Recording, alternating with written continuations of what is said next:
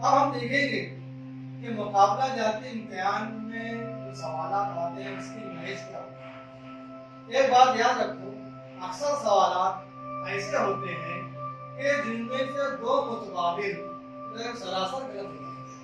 सिर्फ दो सवाल, दो मुतबादिल में हमको उस जवाब को ढूंढना है।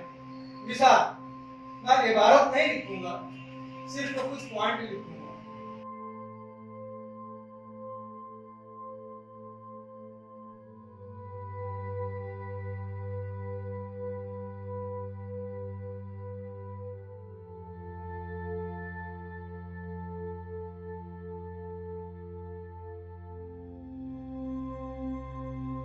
एक गांव की आबादी हर साल 10% बढ़ जाती है।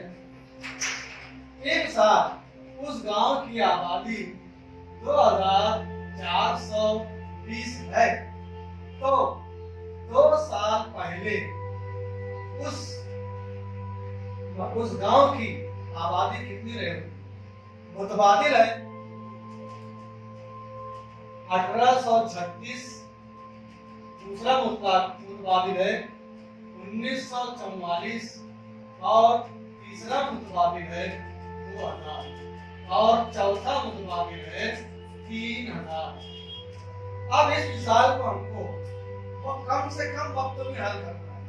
अगर हमको रियाजी का एक उसूल मालूम हो तो इस सवाल का जवाब हम 1 मिनट या आधे मिनट में भी दे सकते हैं। आबादी 10% बढ़ रही है तो जाहिर है इकाई के अंदर सिफर आना बहुत जरूरी है। अब हम देखेंगे मुतबादिल में कि पहले मुतबादिल में और दूसरे मुतबादिल में सिफर नहीं है, तो ये मुतबादिल खुद ब खुद गलत हो जाता है। अब बचते हैं 2000 और 3000।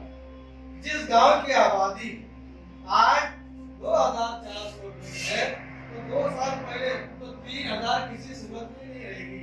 तो लाजमी जवाब जो है वो कौन सा है? तो बगैर हल करे कम वक्त में हम इस मिसाल को हल कर सकते हैं। आइए अब हम दूसरी मिसाल को देखेंगे।